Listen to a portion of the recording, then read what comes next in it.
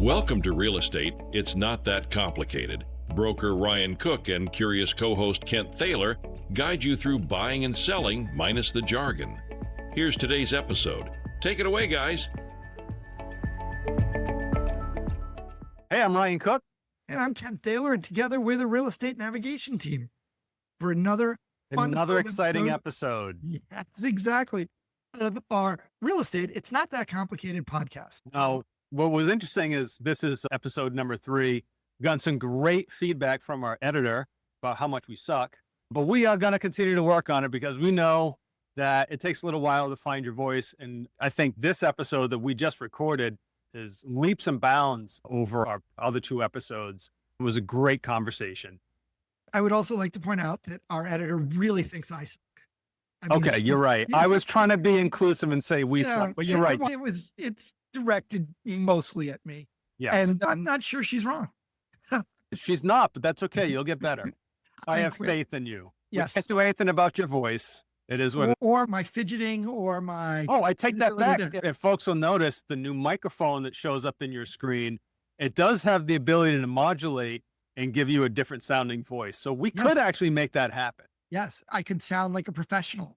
Yes, but we're far from Although it. I'm not sure that the technology exists yet to make me sound like a professional. Might be able to make other people sound professional, but my Cranston cadence is such that I'm not sure that's possible. Okay.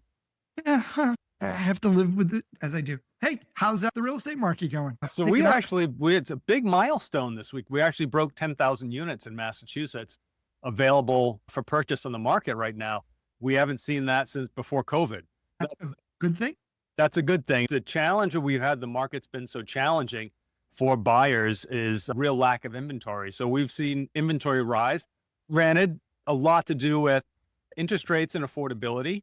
And they are at, right now, I was pulling numbers for the office, was doing some research on people have complained of the last number of years. Oh, the interest rates aren't that high. When I bought my first house, it was 15% interest. I actually pulled some numbers. So in 1973, when my parents bought their first house, the average sale price compared to the median income in the country, a home was 3.65 times your average median salary for a household. Then when I bought my first house in 1999, it was 4.26 times. So it really hadn't risen that much in 26 years. The preceding 26 years is now 7.72 times. Holy crap. So it's been where folks will talk about the interest rates and blah, blah, blah. I had 15%. Yeah, it was 15%, but the house is only 3.65 times the median income at the time. So big difference there. So to put things in terms that us lay people would understand, houses were worth about 3.5 times what your annual income was. Now they're about 7 times almost 8 times what your annual income is. Yes. And yet interest rates went from back. I know that my parents, when they bought their house in 1967, paid 8.5%. When I bought my first house in 1993, I paid 6%. And in 99, I paid 10%. When I bought the house that I'm sitting in, we paid 6.5%, but I refinanced at 2.9. And now today, I think interest rates are somewhere around 6.5. Yeah. We're never going to see 2 and 3% rates again. That was government intervention post financial meltdown in 2007 program they called qualitative easing, where the Fed was buying mortgage-backed securities and by the wheelbarrow loads. And that drove interest rates down. And now they're in a phase called qualitative tightening. And then the chair of the Fed has been taking a wait and see approach, where President Trump has been upset with him that they need to be lowering interest rates. I actually think the Fed has taken the right approach of keeping the rates where they are. We've seen inflation drop to about 2.3% in the latest results that came out yesterday. So inflation came down to about 2.3%. But we're seeing the spread between the 10-year Treasury and mortgage interest rates at about 2.5%. So that's indicating that the market itself is still a little sketchy on the economy. Yeah, it also tells me that money might be a little tighter than you would think, which could explain why there's extra inventory, in that getting financed might not be as easy as it was even 2 years ago. Sure, but at the same interest rate level. And it doesn't mean across the board that buyers are in a better position. The inventory is still low. certain Yep. price points in certain towns that are very desirable, still seeing multiple offers. But as a whole, these are positive signs for buyers that they could maybe, if it's not a matter of negotiating better prices, at least being able to negotiate better terms, maybe even getting a home inspection. Which is exactly why today we decided to concentrate on the listing agent, the sellers. Yeah. And I have a lot of good relationships in the area. And so far, we focus on folks in southeastern Massachusetts and Rhode Island, where, I know an awful lot of folks, and picked out one of the best listing agents in our area, bar none. When you had told me about Lori and her credentials, I was very excited. Last week when we spoke to Cherie, her credentials are also impressive. And Lori is every bit as dynamic and as exciting and informative. I've known Lori a long time. I've known Lori since I first got my license, and she's now with Keller Williams Elite in Plainville, Massachusetts. But at the time, she was with her father's brokerage out of Mansfield, Massachusetts. And her father was a pretty prolific builder and broker in the area. They built a couple neighborhoods next to an apartment that my wife and I, when we got engaged and got an apartment in Mansfield, her father was building the neighborhoods around there. I think it was about 87 homes. She had a good mentor in that fact, but then instead of taking over the family business, moved over to Keller Williams brokerage that offers a bit more training than a family brokerage, has more agents there. She's been the number one agent in North Attleboro, Massachusetts for 12 years running. Doesn't happen as a fluke. And just so people understand, North Attleboro, Massachusetts is not a small town. It's an actual city. It being the number one agent in that area and the surrounding areas around it, a good amount of volume. Right? Yeah, she's one of the top 100 agents in Keller Williams International, over 160,000 agents. She's in the top 100, and she routinely shows up in the Real Trends. Real Trends, for those who don't know, is an independent publication that publishes who are the top agents, top teams in certain areas nationally, could be regionally, could be by state, but they keep track of all that stuff, and she's routinely in that list. The conversation, as you're all about to hear, was wide-ranging. It was very informative. We talked about what it takes to become what to look for when you're looking for a listing agent. We talked about professionalism. We talked about experience. We talked about how to get experience. We talked about staging and what that means. Negotiations, Marketing. How does an experienced agent help to head off problems before they ever happen? Yep. It was very wide-ranging conversation. Yeah. And it's one that if I were looking to buy a house, I hope that somebody would point me towards this particular podcast to get me started, because by the time we were done, I knew the right questions to ask the next time I go to sell my house. And that is the point of what we're doing. Of course, I'll probably just call Ryan and say, sell my house. But if I don't do that, because he lives far away from me, he doesn't live that far away from me. 45 minutes, but it's still. No. But the point is, if I decided to use an independent agent who's not Ryan, the questions and the observations that she makes in this episode are spot on and really informative. So without further ado, let's get into our interview with Lori Seavey, who is the head of the Lori Seavey Realty team with Keller Williams Elite out of Plainville, Massachusetts, one of the top 100 agents with Keller Williams International, top 100 out of over 160,000 agents internationally. Let's get into it. His guest is top real estate producer. Her team has been the number one selling team in North Attleboro, Massachusetts for the past 12 years. Now, as an aside, I'd call that domination. Lori Seavey, one of the top listing agents in all of New England for Keller Williams Realty. Lori is recognized as one of the top 100 KW agents out of over 160,000 agents internationally. They call that a rock star. Lori was raised in a real estate family and earned her license in 2005, and she quickly built a reputation for exceeding client expectations. As the founder of the Seavey Realty team, Lori leads with passion, expertise, and a commitment to service. She's very well recognized for her staging expertise, which she credits for helping sell homes faster and for more money. She's a certified listing specialist, accredited buyer's agent, home stager, and consistently ranked among America's best by Real Trends. Her business isn't just about real estate, it's about giving back. Lori and her team proudly serve their community through scholarships, local sponsorships, and outreach events, truly living their motto, key to opening doors. And I will just add on a personal note, Lori and I have worked together personally, and one of the genuinely nicest people I've had the pleasure of working with in real estate. And I always feel very fortunate to have that opportunity So Lori, thanks for coming. Thanks, Ryan. I feel that exactly the same way about you. So clearly you're delusional. This is nice. It's a wonderful opening. I love when I see Ryan at one of my open houses, or I see his name on one of the offers coming in, or I know it's his listing and I'm representing a buyer. I love when it's Ryan on the other side. Huh. Buttering me up. Clearly, either that or she sees you coming. Maybe. I haven't figured that out yet. So, Lori, thank you so much for joining us today. We're going to talk about the listing agent and what that means to the real estate process, as well as lay people like me, what it means to find a listing agent and what the steps you need to take to find the proper listing agent. And then likewise, what the listing agent gives you and brings to the entire transaction. But before we get into any of that, I would love to know how you got into real estate in the first place. Because if you got your license in 2005, you had to have been, what, 3 years old? I appreciate that, Ken. Thank you. What's funny, though, is I actually grew up in real estate. My dad was one of the biggest real estate agents and builder in Mansfield. He built 87 houses in Mansfield. So I grew up around all of that. Didn't think I'd be getting into that. But my husband and I were actually missionaries over in Spain, came back. I started working as a real estate paralegal, which was one of my degrees. And I had a builder approach me and asked if I would help him with picking out siding or granite for his house, decorating the house. So I started doing that for him. And then he'd have me list it and do for sale by owner.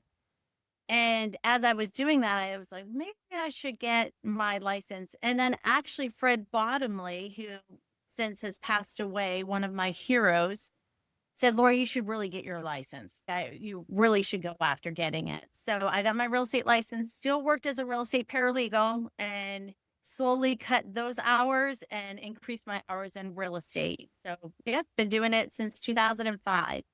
See, it was all to get away from working with attorneys. Yeah, But now you have the upper hand. They're working for you now. It's not, you're not working with them. Good one. So to start this process, if I had a house and I wanted to sell it, my first step would be to find a listing agent. Why would I use a listing agent and not sell it by myself? And what should I be looking for with the listing agent? Is it just the best price, or is there more? I just feel like the 20 plus years of experience that I have, I think somebody coming into real estate and not having that experience and trying to sell their house on their own it's going to hurt them tremendously because they don't know what to look for. We have that actually, there's a situation going on right now in North Attleboro where somebody's trying to sell their house themselves, and we're watching the disaster unfold before our eyes right now. Ryan probably knows what happened. Yeah, and by the way, so Lori and I actually talked about this house because I have clients looking in that market, and we were going back and forth the other day. She said, hey, did you see that one come up for sale by owner? And I was like, oh, the one on Zillow? She says, yeah. And I was like, the price is a little aggressive. And yeah, you watch the disaster unfold. Yeah, price. And she's already got a price adjustment in a couple of days. So I guess it lends to a couple of more direct questions. A lot of people look at things like Zillow or Redfin or other online tools, and they say, oh, I can sell a house on my own. All I need is a closing attorney. I'm in Rhode Island. All I would need is a closing attorney. I don't know what the rules are in Massachusetts, but in reality, what you're suggesting is that the experience that a seasoned real estate agent or broker brings to the equation can enhance the sale and allow you to get the price that you necessarily want, even in a hot market like the one that we're in now. And I'd really like to explore a little more about what you bring to the table that I wouldn't necessarily know to do as a sell by owner. Yeah. And I want to add in a little something in that one because it's actually a really good question. And Lori may not toot her own horn, but you're looking for folks who, it's not just, some folks will look at sales volume and numbers and stuff like that, but it's also relationships. Like one of the things that Lori and her team, so her team, pulled her husband into her team, her son into her team, who was a very successful baseball player, and other agents on her team as well. But it's also the relationships they built in town and the trust they built up. So sure, they have great numbers. However, the additional factor is all the relationships they've built up, and it's relationships in the agent community for whether realtors or non-realtors, other professionals, et cetera. and then just other clients they're working with because she's been the go-to agent in that particular town for 12 years. I think relationships are so important. And for me, I wouldn't enjoy this if it wasn't for the relationships. Yeah, I could be selling triple what I'm selling right now, but if I didn't have my relationships with my other co-brokes, and it wouldn't be worth it. It wouldn't, like, it's the relationships that I really love, working with the people that I love. Honestly, it has gotten me when I've put offers in on a property. Sometimes it's come down to my clients have gotten that property because I'm the agent on the other side, if they're similar.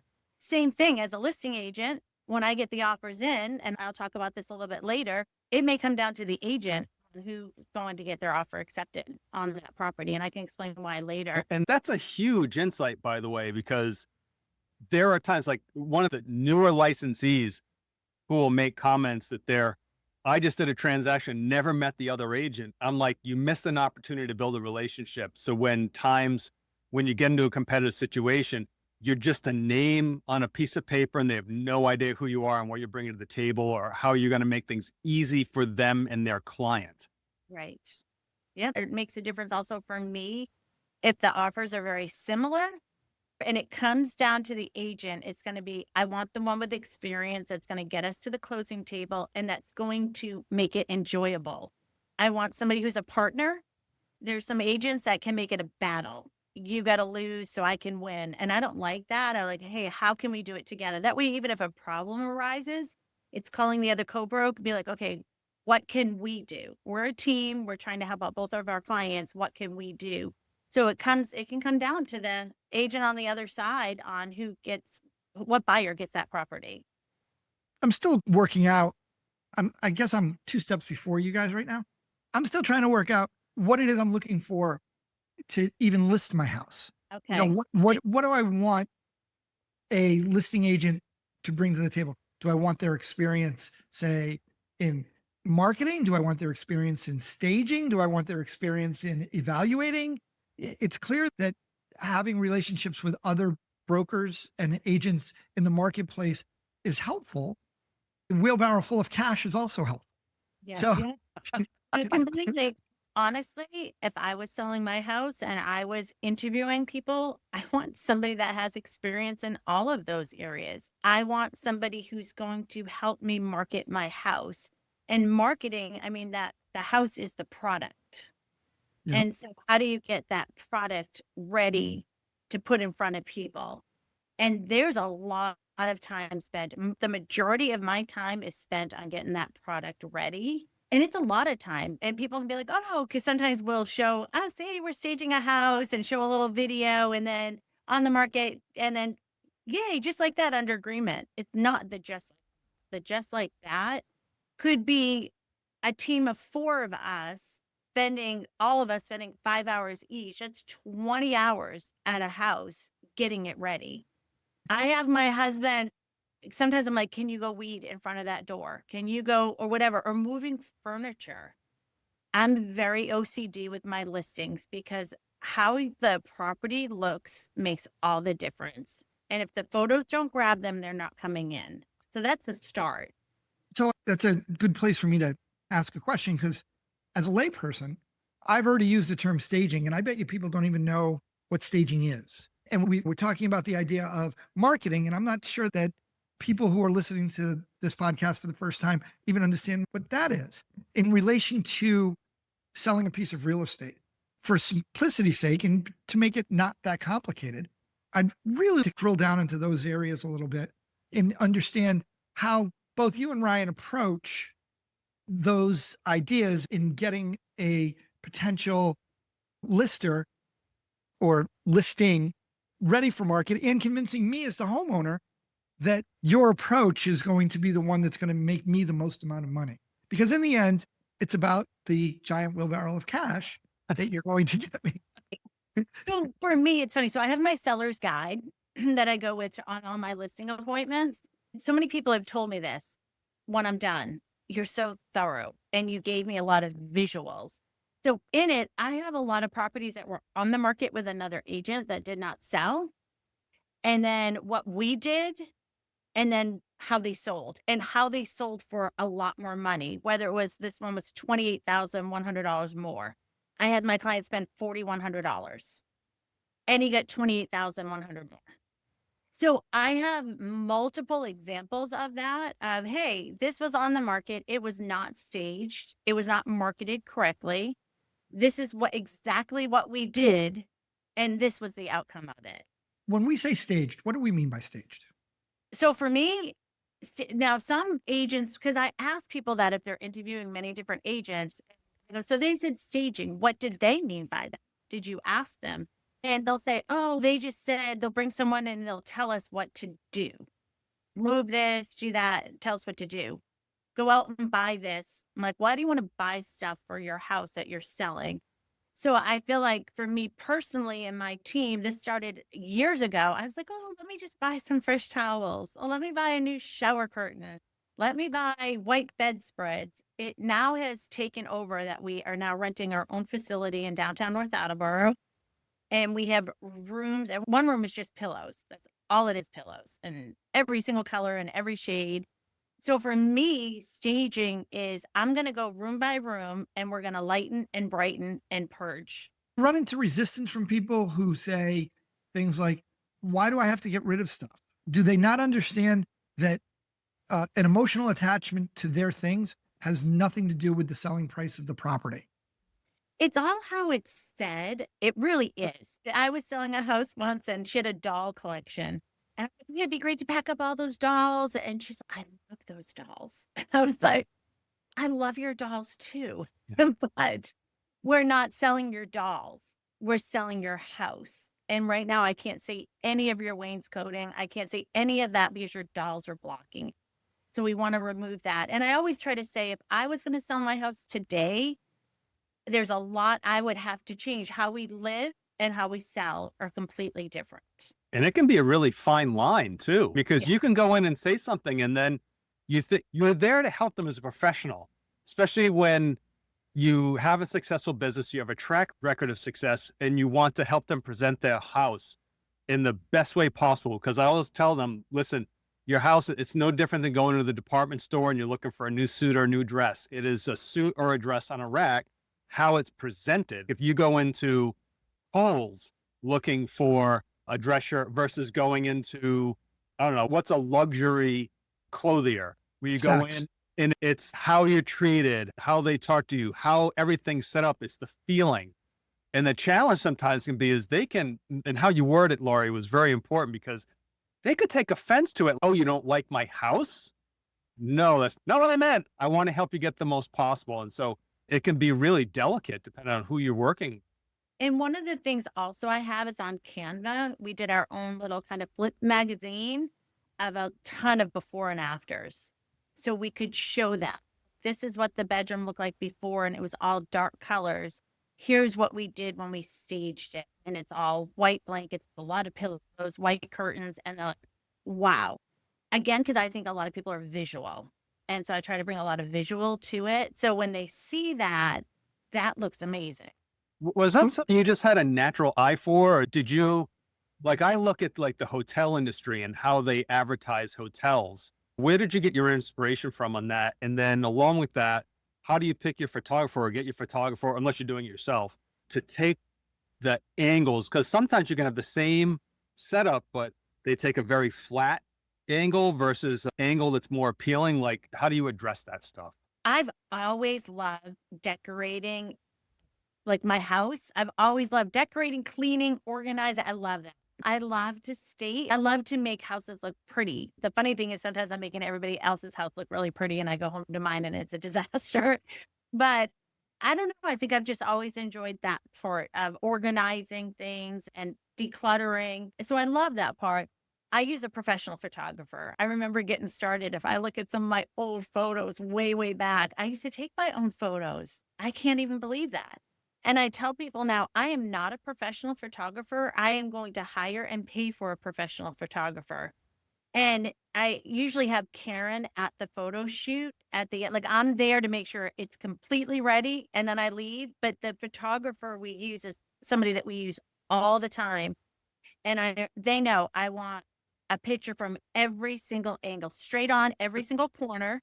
And they know I want my bathrooms vertical and horizontal. So they know me.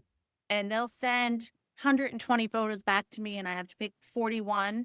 And I use one for the floor plan because we're only allowed 42 in Massachusetts. So they just know me now on how I want my photos. You wouldn't think that all of this pre-planning and stuff goes into selling a house, but in reality, it's the single largest asset anybody owns in most cases. And so they're foolish if they don't put that much effort into Right. selling the house. At Well, least from my perspective. I tell people when I meet with them, I go, the 3 least expensive things you can do to get you the most amount of money. I said 2 of them are going to not cost you anything. One is purge. We want people to see your house. That's the product. That's what we're selling. All personal photos, pack them all away. We don't want people to feel like they're walking into your house. We want them to feel like they're walking into their house. So you're going to pack anyway. You're going to move anyway. So get the bubble wrap, get the boxes, pack up all that. But purging is a huge one. And then I say the second is clean, a deep clean. I'll tell people, it's not like your house is dirty, but a deep clean. I've sold houses that are very dated, but they're spotless and they got multiple offers on it, even down to your basement. There's nothing like going to a open house and you go down the basement and you're like with the cobwebs. It ruins the whole feeling of a house.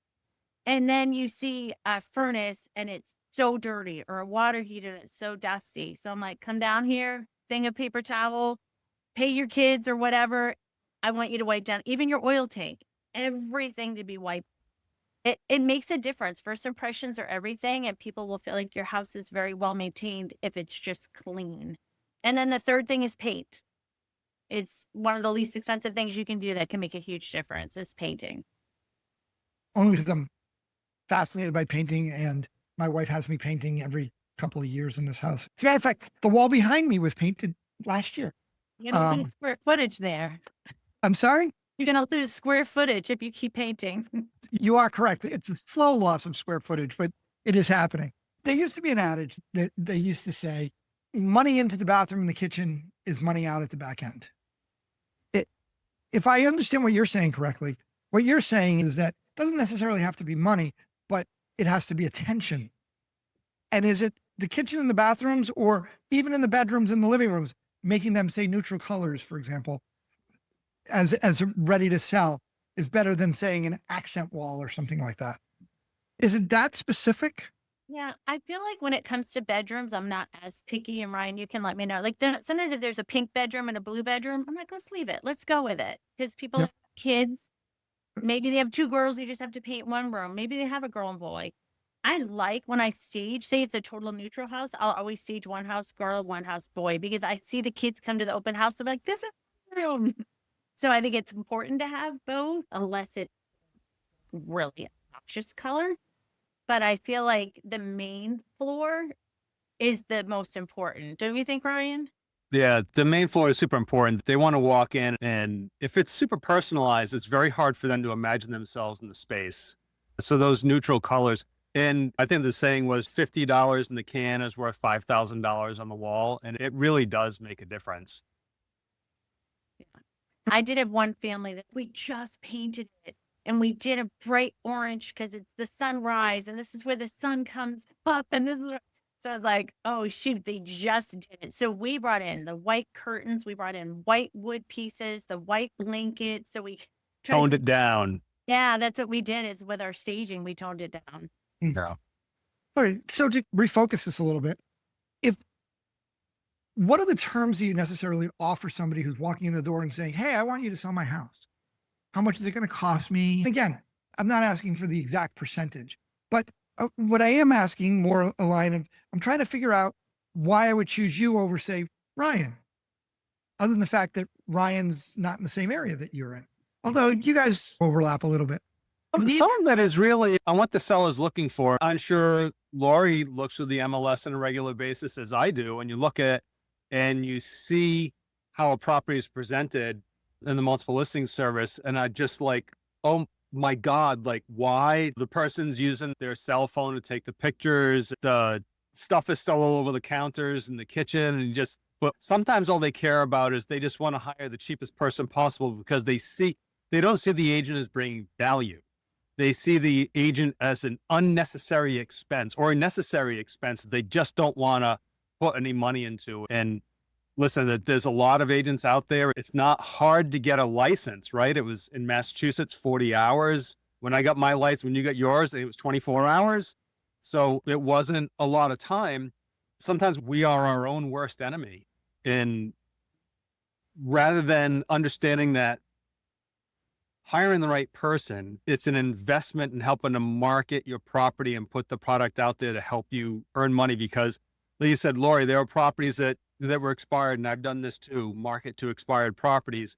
And then you turn around and it had been on the market for 6 months and didn't get any offers, or got some really low offers, and the seller said no. And then you came in, really made some pretty minor adjustments, changed the messaging, new photographs, help them get their property. And next 3 weeks, and it sold over asking. And having the book like Lori has, most agents don't market themselves well. Like I've seen Lori's book. It's done very well. Did you do it in Canva? I did. Yeah. So utilizing tools out there, and it's fantastic to put your messaging out there. So when Lori goes into an appointment, she's practiced one, because you've been in hundreds and hundreds of appointments, but I'm sure you're reviewing all your marketing on a regular basis, right?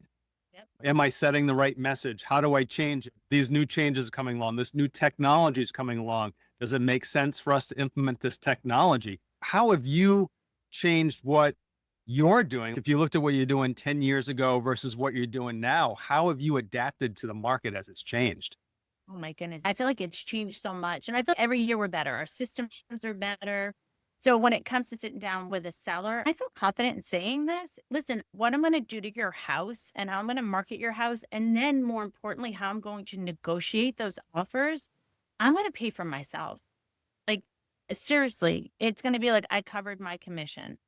And the funny, and all those things in that book that I have, every single one of them, I covered my commission because I got them so much more. And I covered the buyer's commission. And so I feel very confident when I say that to them, is this is what I'm going to do for you. And it's going to be like, you're not even paying me. Because I really believe that in the negotiation part also afterwards, never mind just what we do at the beginning part. I feel like everything's changed. I do floor plans on all of my listings. My systems have changed. I feel if my clients ever ask, if the seller ever asks me, what's the next steps? I feel like I failed. Right. Have them ask me what the next steps are. I'm going to tell them, this is what the next steps are. Here's where we're at. So having Karen on my team is phenomenal because she keeps every transaction in line. And we have our system set up. Hey, purchase and sale was just signed. Congratulations. We send cookies. Yay, Right. accelerated. Never go wrong with cookies, by the way. Never. Cheryl's cookies are the best. But we have our systems set so that they don't. So I feel like the growth, and I just feel like every year we're learning something new, and training is huge. Like for me as a listing agent, if I just go by what I know, and that was a big reason why my dad wanted me to take over his brokerage. And I thought, you know what, I'm going to be the top person in that brokerage. It's going to be nobody for me to learn from. And I want to be learning. And so going over to Keller Williams, for me, I thought the training, that's what I want. And I go outside of my office a lot too for that training, just so I can be learning and bettering myself for my clients. So I'm not going to say staff. And I think that's so huge that your ChatGPT is huge, right? And how I'm using that in my business.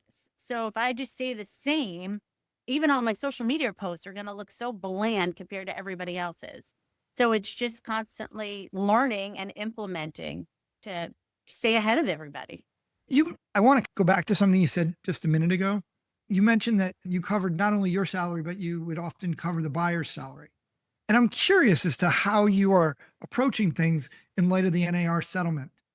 You had an offer, accepted offer at 7:30. The whole offer fell apart. You got rid of the agent. I came on, we actually defined rooms in your house, took better photos, everything that we did. Then I was like, we're going to list it at $699. They're like, what? We had an offer at 7:30. Trust me, we need to get people in that house. It's been on the market now for 38 days. We got to get people in, drive them in. Put it at $699, then we sell it for $752. Okay, I just covered a big chunk of both of me and the other agent. So just showing that way. When it comes to NAR, I don't spend a lot of time on it. Some clients that know everything about it, some clients who've never even heard of it. What are you talking about? I would assume most people haven't heard of it.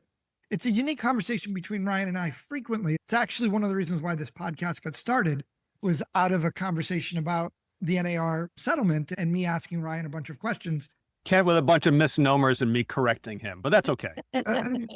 He can believe that all he wants, but as a consumer and as a so my background is in marketing, sales. And so I'm always fascinated by how people approach or at least within the real estate market, how they approach the concept of the separation of the buyer's agent from the seller's agent or the listing agent. And has your business model changed at all? Or are you still out there looking to do both ends of that transaction?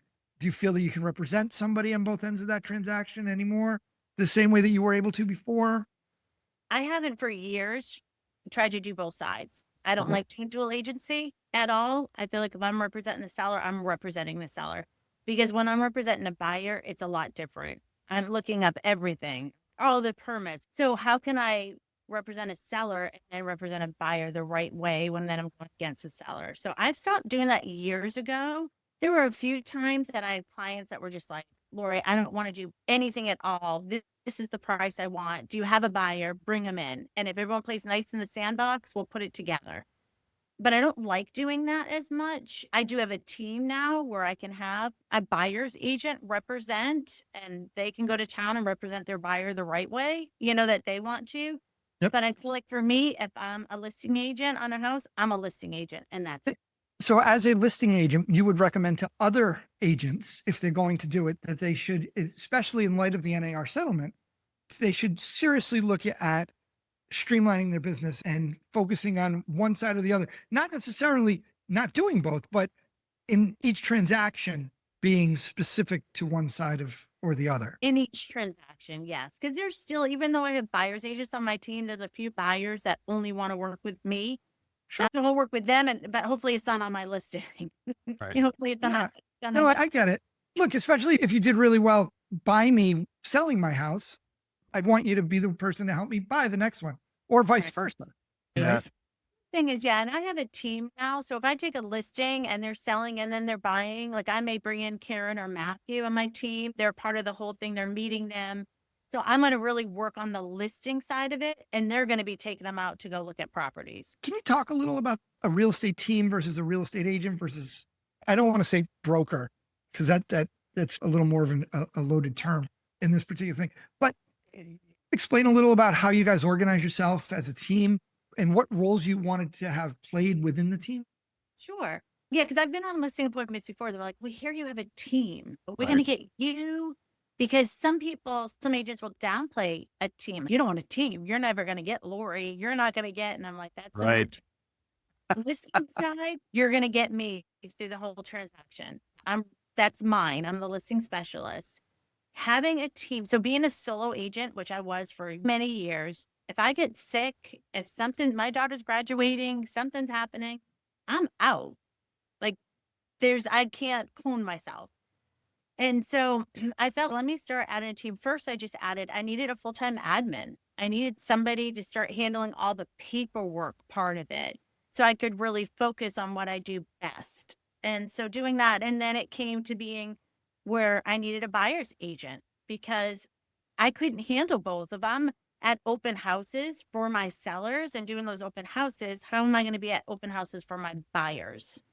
And so there's people that can call themselves a team that maybe have a ton of people. They call themselves a team, but they're all individual agents that are together. I feel like for me, my team we all know the agents. My clients have met every single person on my team, especially because when we're staging, we're all a part of it. We're going to add video and all of that stuff in with our clients also. But I even bring another person from my team on my listing appointment also. So they're really able to meet everybody. We all know that house inside and out. Does it help to have the different perspectives from your team so that in case you miss something or in case somebody has a different perspective as to what is valuable in this particular property? Oh, it helps so much. The difference is Karen is my brain. She's my full-time admin, but she's a licensed agent. She also helps to stage. So she's incredible with even just keeping everything on track. But my husband has been invaluable. He just retired from teaching in order to help me and join my team.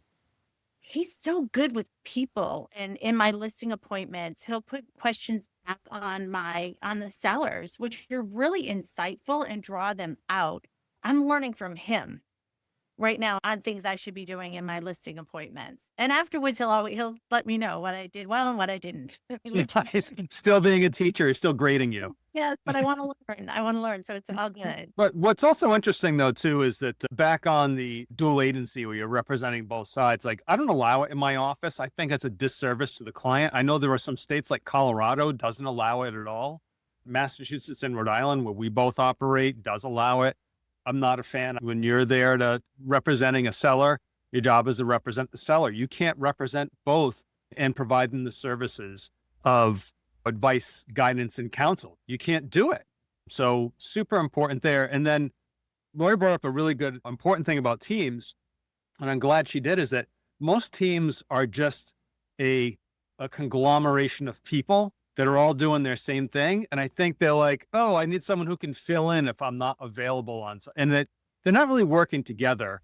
I started off my career on a team, very similar. Everyone was their own individual person. I had a different thought of what it was going to be, but it wasn't a team. Most are just the individuals who happen to call themselves a team.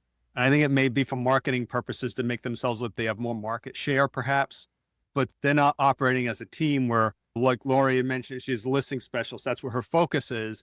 And then has folks where she's doing the staging, getting other opinions. She has other folks who are focusing on working with the buyers and being their advocates. That's really how a team is supposed to work. And then obviously Lori at that point is the one driving policy in the team, one driving standards in the team. This is how we're going to market. This is what we're going to do. Let's review what we're doing. All right. A question came up. I hate when questions come up from a client because that question is a potential point of anxiety where they're not going to be as happy with us. And we want to make sure we're giving them 5-star service or whatever you call your service level. So we need to be thinking, and Lori's job may be, I'm assuming, all right, we need to handle this. I'd like to see it done like this. And then, all right, staff, put this together and get it done. And where most agents, they'll see stuff, but because they're solo, and I've been in this position, you're solo, you're like, man, here's a great point. I got to get this done, but I'm so busy that it takes me 2 or 3 months to get it done. When you have team who they have individual responsibilities and can go and execute that in a matter of days. Right. Even last night was great. Karen knew I was going to be gone this morning. I had to get down to Narragansett. So she goes, Lori, just send me an email of what's on your mind that I can take care of. And I laughed. Do you really want everything on my mind? It was little things like, okay, we need to send a thank you to this person for this referral. It was just banging out a ton of stuff that I needed to do. And it was so awesome to just get that off my plate, and she's got it done. And so that's phenomenal to have. Like I said, having a team is changing. My daughter graduates next Sunday. And Hey, Mazel tov. Congratulations. She's going to take over all my social media, which I don't have time for. I love it, but I can get lost in Canva for a few hours. That's not where I need to be. Yeah. And so she's going to take over and she's younger. So she's already like, why did you post that, Mom? What? I'm going to delete your Instagram account. So it'll be good to have her take over all of that. We got Kent's, his oldest daughter, who is MBA specialty in media. And we were starting to do stuff. And then she comes back with, guys, that was terrible. Why did you do that? Why did you talk about that? And you're like, oh God, it's nice to have people who that's their focus, because I think one of the greatest challenges we've had that there's been such an explosion of technology to our business. So one of the things is a couple of marketers that I followed most of my career, one being Dan Kennedy, and he would say, you should be looking at what other marketers in your space are doing on a regular basis and what has become the norm. And those are now the de facto standards. So do you remember when I was taught initially it had a point and shoot camera and you'd go and take your own photos of the property. And then the people who were really doing well were hiring photographers. So like, I want to do, all right, I'm going to hire a professional photographer. And it freed up time for me too.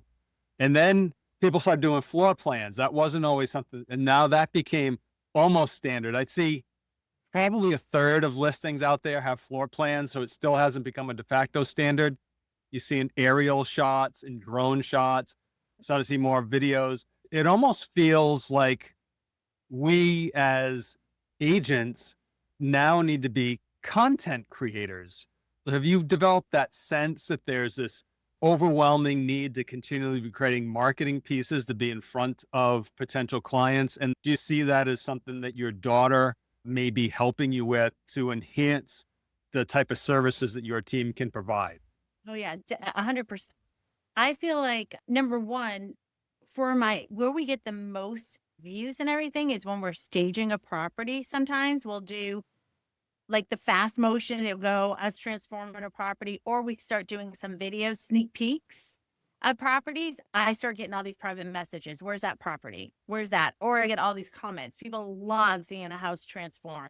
One person reached out to me and said, Lori, I want to list my house just so you can stage it. And then I could buy it back again, but I could live in it. It's the greatest compliment I got. That was just a couple weeks ago.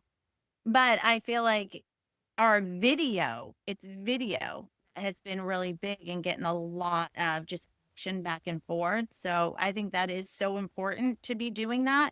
It also, for the public that's on social media, the more you're on social media and you're showing that you're busy, that you're going to be the one that they're going to call. I know some agents that aren't even doing much, but they'll post, just listen to posts. Okay, getting it ready. Or they'll every say home inspection, under agreement, signed purchase and sale, all that. And they'll go, and you think they're selling like 18 houses and it's the same house. Yeah.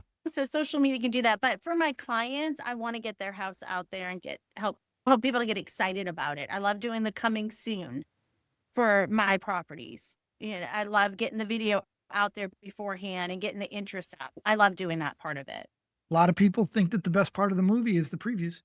Yeah, that's so true. That's so true. You don't necessarily look at it like that. I'm sorry. I was going to say one thing when it came to, you were talking about floor plans and everything. So Ryan, I do them on every single one of my houses. I don't care if it's $1.5 million or it's a $300,000 house. They're both getting the floor. They're both getting the same exact treatment across the board. For me, it's my digital footprint. That listing, when it goes up, I love when people go, I saw that listing and I knew it was yours because how it looked. And so I treat all of my houses exactly the same. I've sent you those messages. I've seen that plant before. Yeah. We try to switch it up some. That's Lori's plant. I've seen it. But I have a lot of. Lori, I have a kind of a tangential question. Let's assume that you've done your job well and you've staged well and you've marketed well and a bunch of people come and now all of a sudden the offers start coming in. How do you decide which offer you recommend to your client? It would seem to me that it's the one with the most amount of zeros after it, but that may or may not be true. I guess financing must have something to do with it and feel. I'll tell you, it's my favorite thing to do is negotiate my offers. Because even when I have that, we typically set an offer deadline. To be fair to everybody, I don't like when agents say, okay, all offers are due Sunday night. My client didn't even get a chance to call the town hall about something, or they have a question. They want to know if they can put in a pool.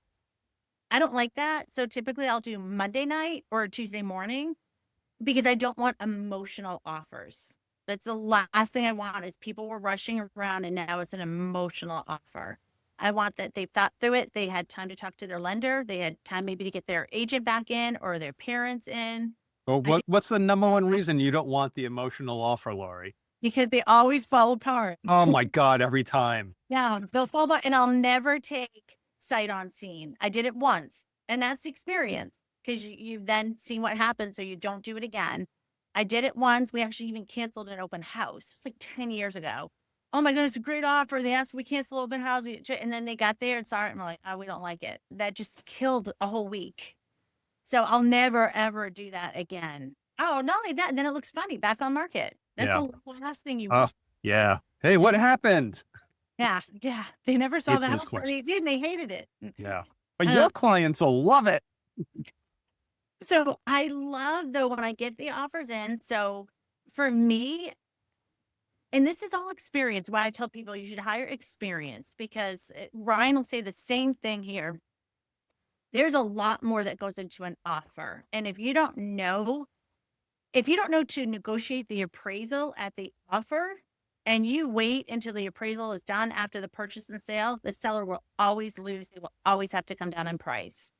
I'm looking at how much the buyers are putting down because you want somebody strong. You want somebody, hopefully at least 20% is definitely more appealing. So than an FHA or something, unfortunately, it is more appealing. I want what's going to get my clients to the finish line. I'm looking at, are they covering an appraisal gap or not? What if it does not appraise? Let's hit that now in the offer time.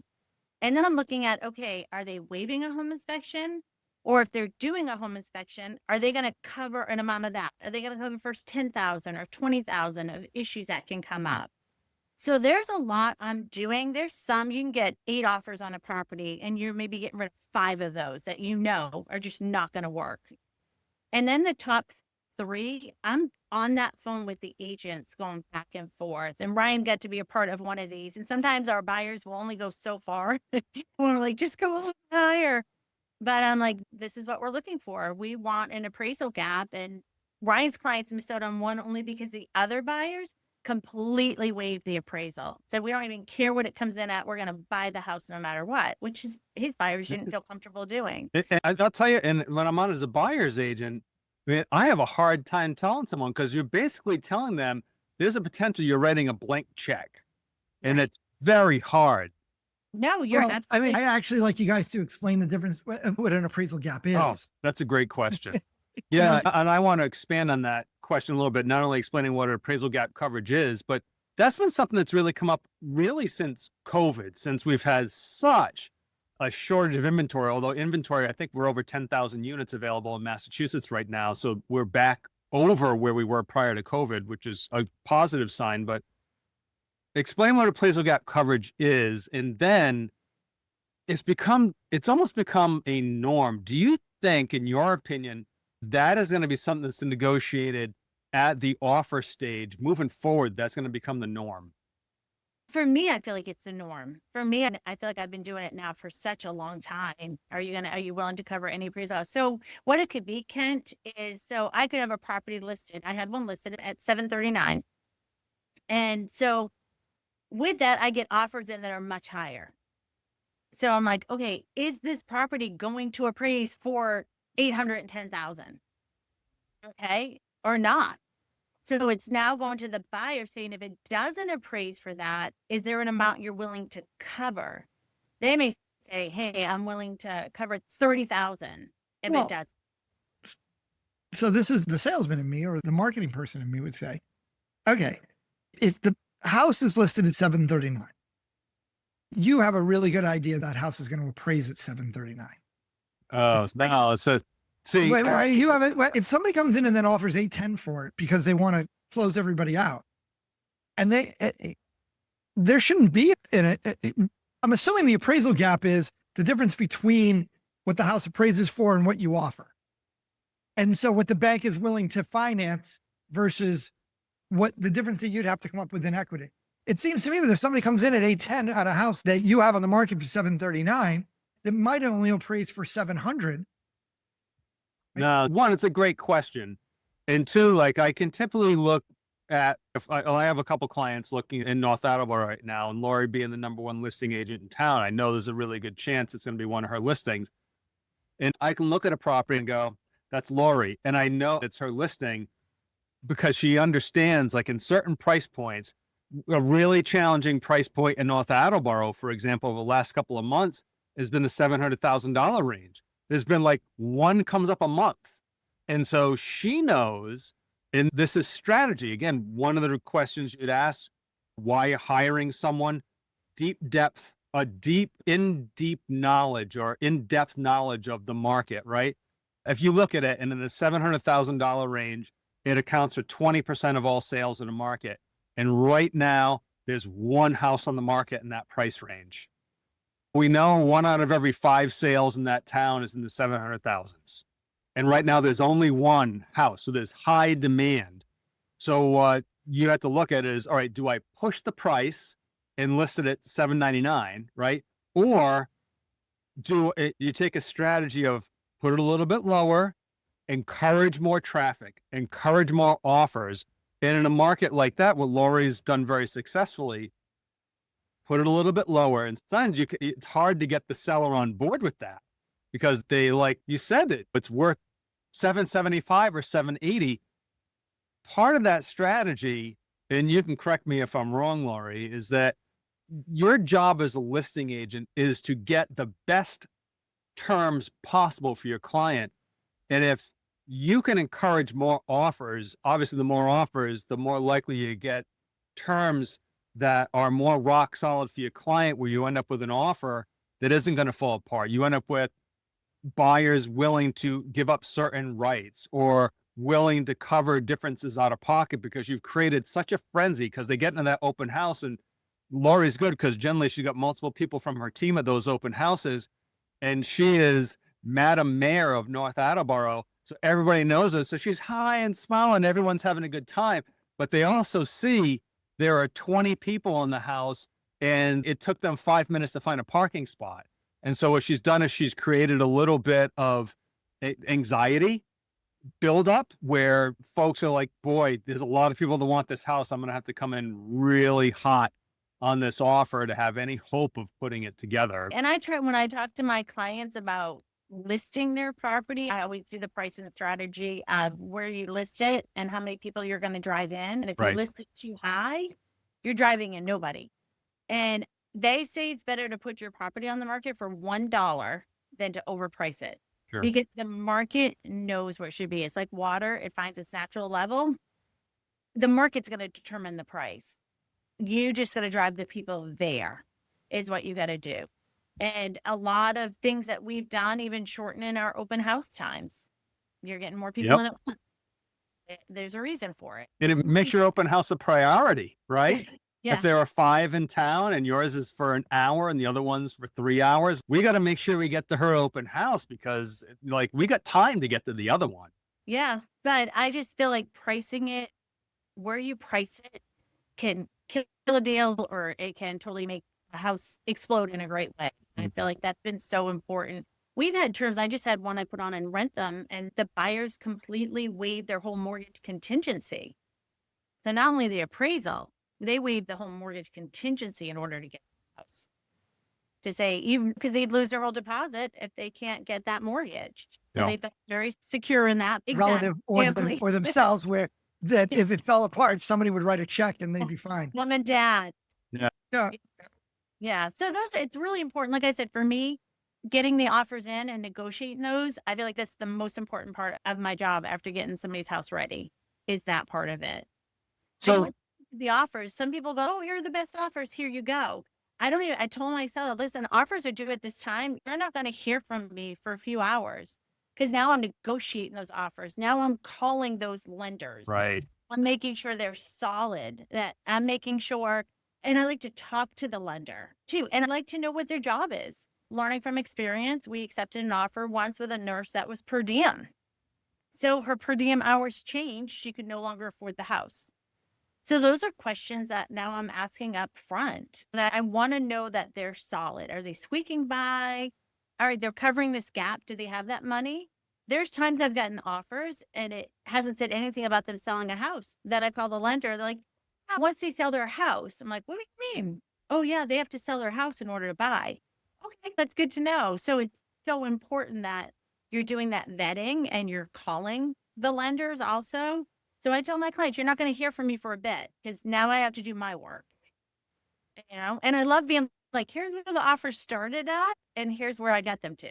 Yeah, no, that's a great strategy. And clarifying that we've had so many times, especially over the last number of years, where they're writing an offer way over, or they'll say they'll come out of pocket covering some appraisal gap coverage. You talk to the lender, they're like, they don't have extra money for that. Exactly. You're like, either their agent is inexperienced. Yeah. They don't know. So you got to speak to the lender. But it's fascinating, but it's off a little bit of the topic of where I wanted to go and try and fully understand how you recommend an offer to be accepted. I get that you talk to the money people. Are there other things? Ryan and I were talking privately the other day about those letters that people write, the personal statements. I'm assuming that they have no bearing because you don't want to get stuck in a situation where you get sued because I'll let you answer that one, Lori. I'll ask my clients, you want to read the letters or not? But sometimes I hold the letters till afterwards. I will say if it comes down to two offers that are very similar and they can't decide, and one person wrote a letter and the other didn't, the person who wrote the letter is going to get it because now they just made an emotional connection. So what I you're saying is find- you should write a letter, even though you know it's probably not going to get given. I have my, but I have all my buyers write a letter. Just in case. It's interesting because my gut instinct would be to not write a letter. If the color of my cash isn't enough, there's another house out there, but I get it. It's funny. I had a client he's an accountant, very nervous. Oh, letters are going to do nothing for me. And then he got a couple letters, and one of them was a couple that really wanted to buy his house because his parents were right down the street. He was in the middle of moving to Chicago to be right down the street from his parents. So he's, I understand this. He's like, wow, these do work. Well, I mean, without getting too deeply into it, can you as the agent get in trouble, or can the seller get in trouble if they pass on a better deal because they get swayed by an emotional letter? I don't think that would ever be the reason. Like, oh, it's just a letter that did, but me as the potential buyer wouldn't know that. If my agent comes back and says they wrote a letter and it was very well received, and you didn't, and It would never be. say that. It would never be communicated. That would never be communicated back. Excuse me. And answering your question, Ken, and I think Lori was giving such good answers that we were interjecting with additional questions, but getting back to when you have a bunch of offers, how are you helping them select what is the best offer for them? I don't think we actually closed that out because we kept interrupting her.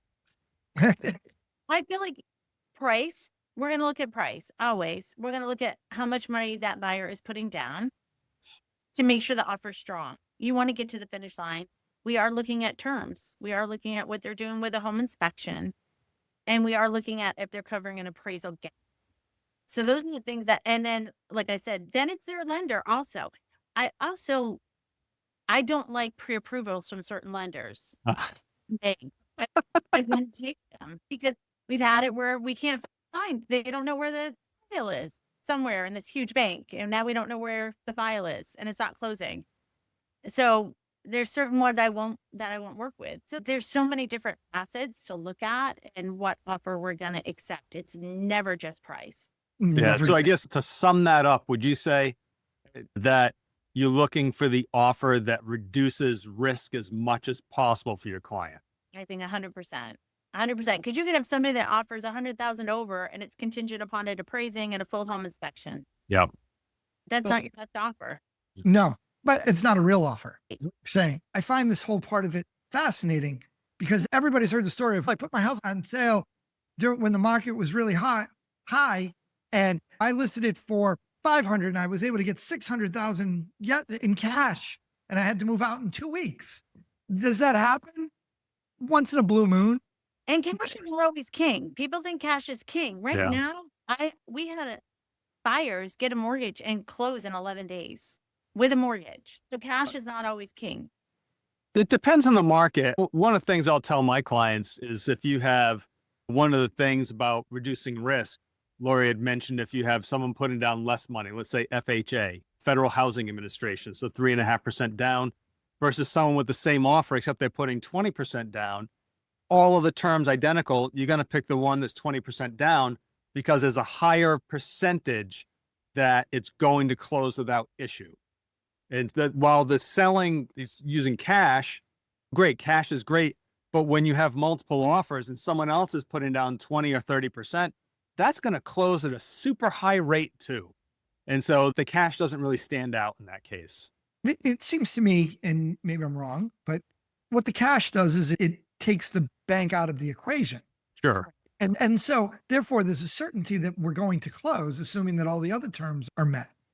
And when you talk about the appraisal gap, if it's a cash offer, right? I'd rather be talking to somebody who is ready to pay $750 for the house in cash and the house appraised out at $800 and argue about that $50,000 than I would somebody who is looking at a mortgage and they have 20% down. They had 20% down, and in order to get another $50,000, they'd have to come up with another $10,000 on the deposit. that might be much tighter. I don't know. It just seems to me that Right cash now, offers is we're not seeing the cash offers. And again, you can tell me, Lori, because you list more homes than I do, but we're not seeing the cash offers that are blowing away financed offers. Most cash offers, they'll come in under because they think, oh, cash, I'm coming in under. And I'm like, Yeah. so is that true of individuals paying in cash, or is that the corporate people who are coming in and buying and paying in usually cash? individuals. I don't think there's a lot of corporate here. That's more Midwest and South thing. I think wherever they have it, Amazon. Yeah. Not North Attleboro. Got it. Got it.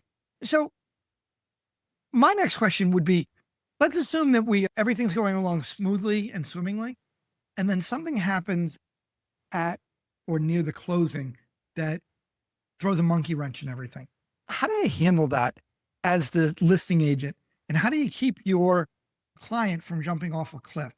I think a few things. I think what we do at the beginning with the offer will help avoid a lot of that, because the things that can come up can be an appraisal issue.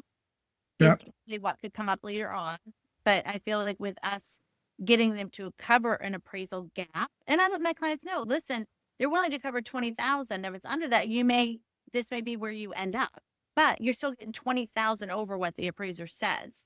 So we talk through it all, the whole communication. So if it did not appraise, they know exactly where they're at. But by doing that at the beginning, we're avoiding that drama. And then I think if they are doing a home inspection and we're like, hey, they're willing to cover the first 10,000 or 20,000 of issues, or they're doing it just for health and safety reasons, something like that, then we're taking away what could come up in a home inspection. Now, I do feel like I go through things when I'm pre-listing of, here's some things I feel like you need to take care of. That would be a red flag for me if I had a buyer on your home, so that they don't come up later on. Now, if an issue does come up, I will say this. I don't say anything to my sellers until I've done my best to figure it out. The last thing I want to do, even say I have people agents tell me, oh, Lori, we're sending an offer. We're sending an offer. I don't tell my clients, Right. oh, I got a phone call. They're sending an offer, because maybe they then change their mind. They don't send the offer. So I've just taken my client on a roller coaster. And I think that's the worst feeling ever. So if a problem comes on, I'm not going to tell them. I'm not going to call them right away. This is what's going on. I'm going to call the other agent and I'm going to say, how do we figure this out? What can we do to get this to the closing table? And I'm going to do my best to figure out everything beforehand. And then sometimes we figure it all out and our clients never even know there was an issue. But I think it's important to do that and not run right back to the clients. So do you run across a bunch of agents who aren't that proactive, and therefore it complicates your transactions frequently? Well, it's funny. I have a deal right now where I love the agent. He's a sweetheart, but he doesn't know anything that's going on. And I was like, what's the age of the roof? What's this? What's that? And so I go and I pull all the permits and everything on it. And I was like, did you know, hey, here's the age of the roof. And here's where they didn't close out this permit. Like, I got permits closed out for him. Took care of everything, was reaching out to the builder and they're like, oh, we'll close that out. And so he just wasn't on top of his property at all. Sweetheart and very grateful, but just not on top of his property, which if it wasn't me he was dealing with, late as they got to the closing, they would have saw that, hey, there's things here that need to be taken care of. And it would have been harder to do at that point. And that's also like super important, because successful agents, or just agents who are, I think, serving right, are collaborative workers. There are agents we run into, and not just agents, this could go for any profession, that they're finger pointers. There's someone to blame and they want to make it known that it wasn't them. And for me, like, I never see any value in that. Once you accept an offer and you're working with another broker, we call a co-broke, your job is to work together and make it so that your clients, they never know all the stuff that goes on in the background. There's no value in them knowing. And especially when something comes up where Lori, you had said you don't even let them know sometimes because there was no value in letting them know. Sometimes I will let them know, but I've already solved it. Hey, by the way, I want to let you know this came up. Here's what we did to solve it. And if it's something we can take care of and they didn't need to be involved, we just take care of it. And I may let them know. But sometimes things come up and we need their approval on something, or we need to get their input because there may be multiple options. But what we've done is investigated it, figure out, all right, here are all the options. Okay, this is what option 1 means. This is what option 2 means. This is what option 3 means, plus and minus on each. And I never want to make anything, at least me personally, I never want to make anything seem like a big deal. It's all right. We've dealt with this before. And I have, because once you've been doing it a while, you're running stuff like, we dealt with this before. Here's how we handle this. How would you prefer to do it? I like to keep a nice level tone. I'm letting the other agent know, or the other professionals involved. My job really is to, one, the hiring, whether it be me, whether it be Lori, whether it be another agent, who's got skill in handling that stuff. So one of the questions you asked early on is, how do you separate one agent from another? One, that skill, that experience, right? Vetting folks in advance, getting all those questions answered in advance when a problem comes up, either having a solution, having a guy. How many times have you done something, you're like, I got a guy, I'm going to get taken care of, right? But having a guy, for example, or a gal, and you just take care of it seamlessly in the background, and you only pull in the client when it's something that absolutely needs their input. Oh, we just one of these. And they may be a little upset at times, but because you've taken care of it, they know that you've handled it to the best and their needs are being met. And the other professionals are on board. Like, that's our job, to make it seem like it's seamless. They go, wow, like that transaction was super simple. In the background, it was like chaos, but we took care of it. We were juggling all the balls in the air. But our job is really to shelter them from that stuff, because that's what we do. Like, you go to your accountant, I don't want to know all the details of what the accountant's doing, especially when you're doing business taxes. Good Lord, I don't want to know. Just tell me what the number is, and do we categorize stuff properly to get my proper write-offs? So what you're really suggesting is that agents who make real estate complicated for the sake of making it complicated because they want to prove their value are doing a disservice to their clients. They're making it complicated. My biggest thing I tell people is, I want to take as much stress off of you as possible. Like, I really do. And that I'm there to serve them and to help them. I don't want to stress them out. It's already stressful enough. Just packing is stressful. If you talk to 100 people who have either tried to buy or sell a house, 95 of them will tell you it was extraordinarily stressful because they weren't handheld appropriately. That's sad. But that's again, the reason why we started the podcast. It's to show people that it doesn't have to be that complicated. Real estate isn't that complicated when you're dealing with professionals, when you have the right tools, when you're organized and you understand what needs to be done in the transaction. And that's why experience is so important. And that's where sellers to do their due diligence. Because I've had where I just got with a seller recently and she's, okay, Lori, I'm interviewing you and I'm interviewing this other person. And I was like, I've never heard that name before. And she was like, yeah, he said he sells a lot.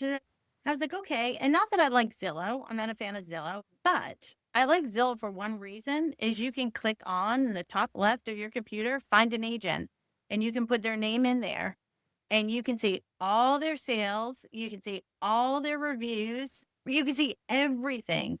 And so I use that a lot on my listing appointments. Listen, any agent you're talking to right now, put all of us that you're interviewing into Zillow and look it up, because so we did it there with the woman. I said, what's his name? Did I put it in? 0 sales in the past 12 months. Fake it till you make it, which I But hate. it's so sad because this is an older woman. She needs as much money as possible. She's going into assisted living and he doesn't know what he's doing. And so I was like, oh my goodness. So for me, I love Zillow for that reason. Is I have over 300 5-star reviews. That helps. People can see how many houses I've sold. If I'm representing a seller or a buyer, they can see what my listings look like. So it's really important that sellers do their due diligence and get experience. How does a new agent get experience? I feel like it wasn't so hard when we got started, probably, Ryan. I feel like it's harder now for agents because I feel like It's how Ryan started back in the Stone Age. Hey, Lori got a license before me, so I cannot believe you just said that on our podcast. I feel like we have a lot of strong agents in our area right now. It's really hard to break into that. unless they're working with family or whatever, the best way for them to start is be on a team and learn from experience. I started on a team. The thing that I've taken from this conversation is that the team aspect of it certainly helps because at least you have oversight and management. Right.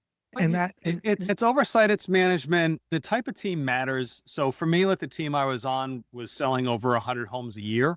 Very prolific broker, very well known in the community in an area that I wanted to be in, which was town adjacent to mine. So reputation really mattered. I didn't want to align with someone that didn't have a good reputation.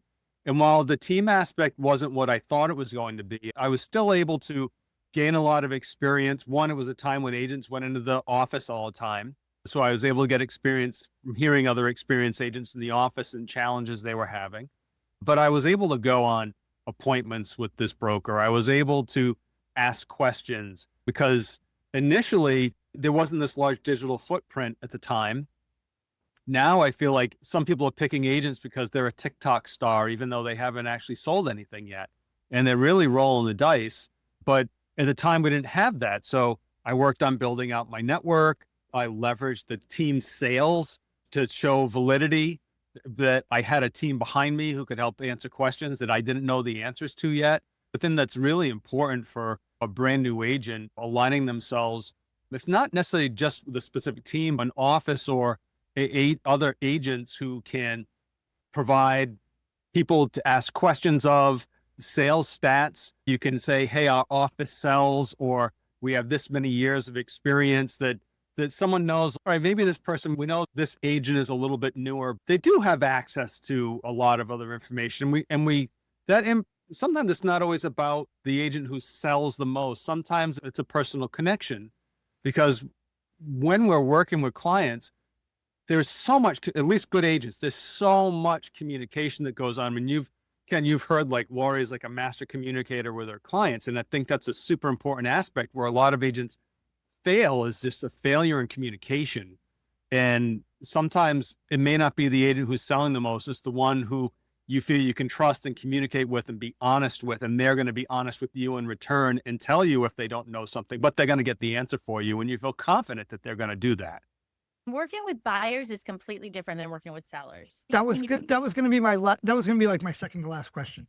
So Yeah. how do you see the difference between working with buyers versus working with sellers in the way in which you have to approach the relationship? I think the relationship is probably the same. You want people to know that they can trust you, that you're looking out for them. All of that stuff is all the same. But the good thing is, for being a strong listing agent, and Ryan can say the same thing, it does help us on how to write up a good offer for our buyers, because we know what offers are being accepted. So we know how to write those offers. When I got started, I was a buyer's agent. That's how I got started, and then got into listings. And now pretty much I want to only handle listings. I just think it's a different thing. In this day and age, specialization is in all industries. If you can't be specialized, if you don't necessarily become an expert in one area, right, you're inevitably at a disadvantage. Inevitably, you're at a disadvantage as compared to the people who do specialize. If you're trying to be a jack of all. For agents trying to establish themselves, I'll tell them, whether they'd be in my brokerage or another brokerage, I'm like, establish a niche that you can be known for. Don't try and be everything to everybody everywhere at all times. It's just not possible. You can't be good that way. You might know a little bit here and there, but you never really establish yourself. I've listed a lot of houses, and I tend to like, in as much as it takes way more time, I do working with buyers, but that's like, I have where my engineering background and my construction background, I like look at the houses a little bit differently. And I think that's, as much as my engineering and technical background helps with the marketing and I understand that stuff and enjoy it, I think for me, like I think I best serve clients personally on the buy side. That's just happens to be where I think I have the strongest skill set to serve. Note to self: when I sell the house, I call Lori, not. That's fine. Hey, That's fine. I got it. Lori, you've been incredibly kind with your time, but I do have one more question that I'm just dying to know the answer to. There are an awful lot of myths about real estate. And as a listing agent, you must come across sellers who have these things in their head that just drive you absolutely bonkers. What's the worst one? I think people think it's easy. No, the market's hot. I just got to put my house out there and it's going to sell. There was a listing I took over from somebody else where they hired an agent because the agent said, I'll cut my commission. So hire me, I'll cut my commission. They hired the person. The person did nothing for them. They had no showings for 2 weeks on their house in a hot market, none at all. They needed to be in Texas in 3 weeks. They had to close on their brand new construction house down there. So they got rid of that agent and was like, okay, hired me. I'm like, I'm not going to cut my commission to nothing. I'm not going to do that, but I'm going to show you what I'm going to do. I'm going to work really hard for you. We rearranged that whole house. I had my husband and son carrying a couch from the first floor to the second floor, taking a bed, moving it from one wall to the other wall. Like I knew the presentation I wanted. Got the drone in to take a picture so it showed the roof line because the other just went in and just took photos. That was it. Trash cans, dishes in the sink. Like, Well, it's easy. It's a hot market, right? the hot market, it's going to sell no matter what. Didn't sell. So we did all that work and then and this was a house that was on for $9.99, sat for a few weeks, nothing at all, no showings. We need to sell. We don't even care if we get $9.99. We need to sell.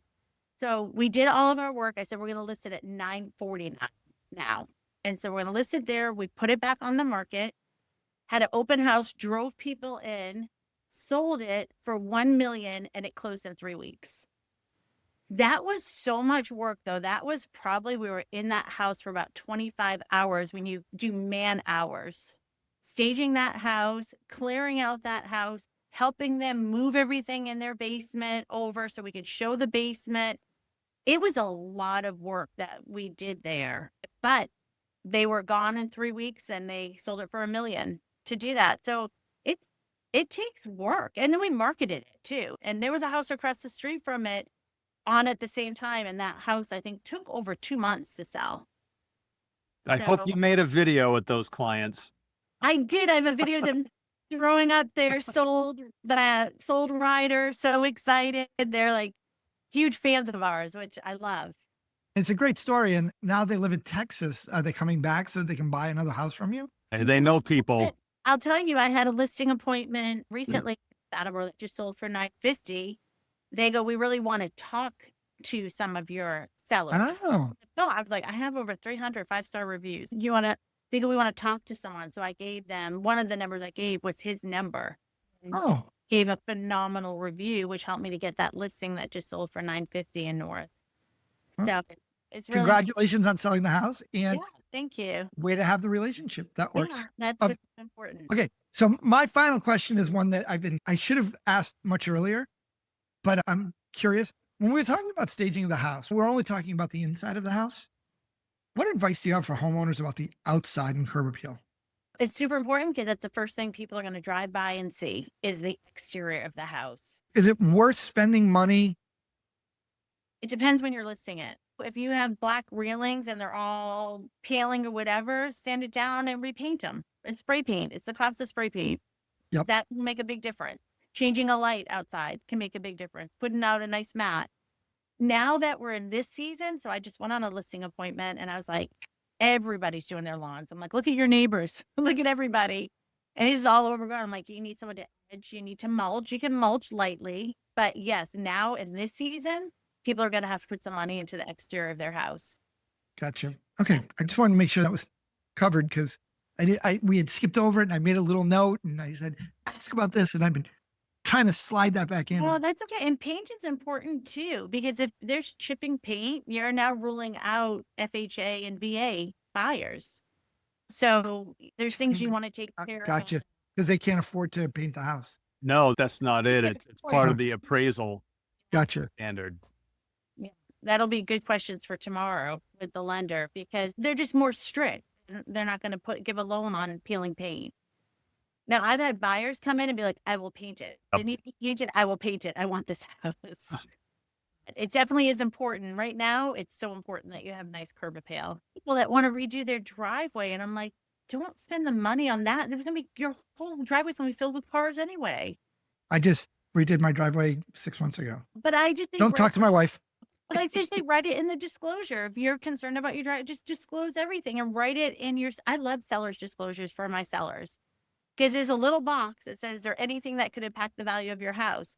I'm like, write it in, because the buyer has to sign that and give it to me with their offer. So if they do a home inspection, they can't come back and talk about that thing because it's off the table. They try, like, yeah, you knew about that in advance with your offer, so we're not even going to discuss that. Exactly. We'll have to have you back if you're willing at some point in time in the future to have an entire discussion about disclosures, what needs to be disclosed, what doesn't need to be disclosed, what happens when there's a conflict about whether or not something actually was disclosed. But that's not the conversation we're going to have today, but it's definitely one on Ryan and mine's list for a future episode, because I think that the whole concept of disclosures really sends people off in headspaces and directions that they don't necessarily need to go in. It complicates things greatly, but it can cost you an awful lot of money if it's not handled well or correctly. Definitely. Yeah. In any event, Lori, we really appreciate your time. We wish you all the best of luck. Thank you. I love being with you both. She doesn't need the luck. She does everything right. No, I pray a lot. That's what it is. I pray a lot. Whatever you're doing, it's working. I don't know if it's duplicatable by somebody else. Let's hope it isn't, so that you can continue being the top agent in your area. Thank you. In any event, thank you so much for your time. We look forward to talking to you again. That's it. And I'm sure I'll see you in the field, Lori. I appreciate it, guys. That was a really interesting episode. Lori is dynamic. She is an expert in her field, and she clearly is passionate about listing, staging, marketing, and selling real estate. She's a hard act to supplant. If you're trying to compete in that market, study what she's doing.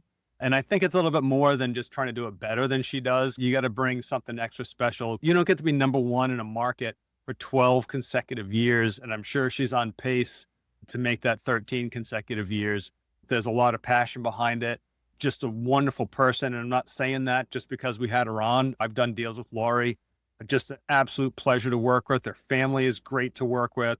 Just when you get in real estate, like the type of person you want to work with, even if it's co-broking with, just makes it really enjoyable and reminds you why you got into this business. Because not every agent's like that. Sometimes you work with an agent, you're like, oh my God, I'm going to get out of this business if this is who I have to deal with on a regular basis. I think one of the things that's important to reemphasize that you just mentioned is, if you tried to be just like Lori, you'd fail.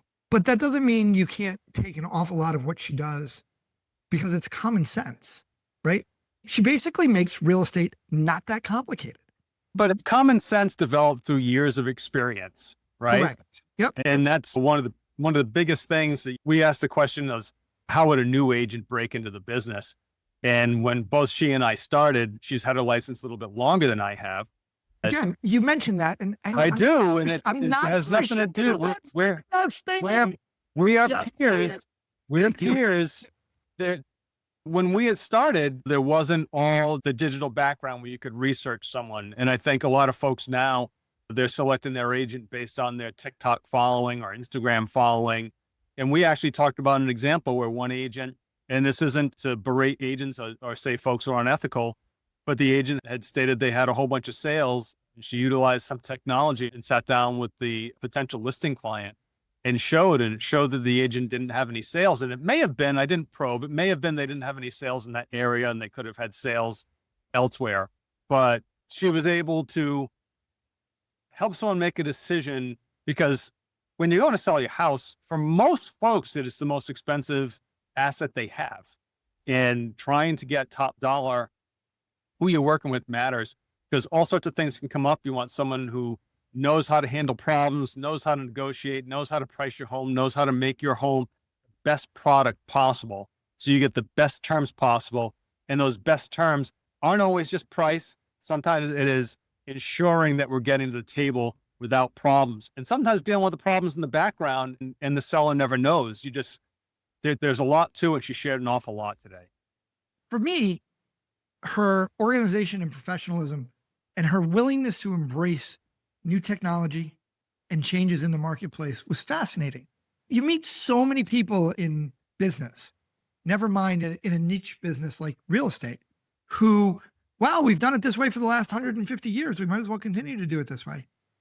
And they don't evolve, and then they become dinosaurs, and then they end up disappearing. We even asked her basically, how have you changed even in the last 10 years? And the amount of change has been overwhelming. And agents need to adapt. Just because you were a top listing agent 10 years ago, using the technology at the time, things change, and things have changed very rapidly. Embrace that.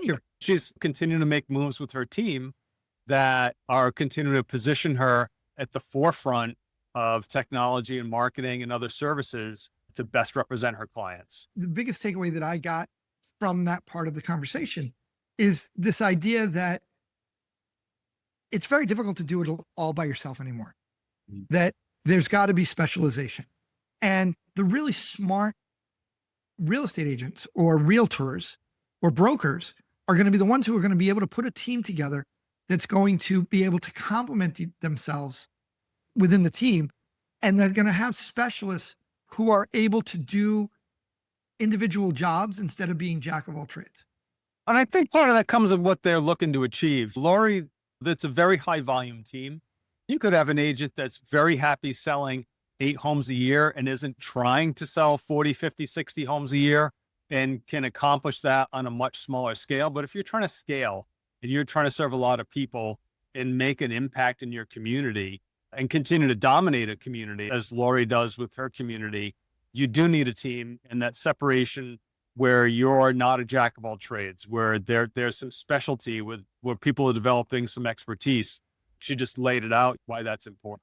I think that her explanation was really great. And I think that we'll have to come back to this topic again in the future, the whole idea of the real estate team versus the individual, because I might make the argument that says that even in the case of the small person who only wants to sell 6, 8, 10 houses in a year, having a specialization, even if they are only working with listings, or if they're only working with buying, or if they're only working in a specific with multifamily properties or Correct. investors. Absolutely. It's the idea that they're specialized and that they become an expert in what they're doing, as opposed to presenting themselves as somebody who knows everything. Yeah. And we did talk about that. And I think that's an important aspect. When I talk to newer agents, you tell them, figure out what you want to specialize in, become a niche expert. You want your name to come up. Yep. Conversation about that specific. It could be a community, single family homes, in Lori's case, North Attleboro, right? Who is the top listing agent? And that's what they specialize in. Or it could be multifamily property in Dallas, Texas, or whatever the case may be. But when you start to hone in how you're marketing, how you're messaging, how you're serving, and then the depth of your knowledge in that area becomes unmatched. And that's what you really should be looking for. And go one step further. And this is where Lori differentiates herself from a lot of other agents. Not only having that knowledge, it's the ability to convey that knowledge to a client in a way that's concise, understandable, and reassuring. Yeah. And she really demonstrates she's a master communicator. Yep. Super, super important. Yep. So anyway, everyone, thank you so much for listening to Real Estate It's Not That Complicated, our podcast. We have another episode coming up pretty soon. The next one's going to be a nail biter, because who doesn't want to spend an hour discussing mortgages? Yeah, but here's the thing is, folks think every mortgage is the same. We're going to open up your eyes. The fact that there are literally thousands of different lending platforms and different ways to go about it, whether you are a regular W-2 employee, whether you own your own business, whether you're a gig worker, whether you're trying to buy a multifamily, whether you're trying to buy investment property, whether you're trying to buy commercial property. There are so many different ways. Vacation home.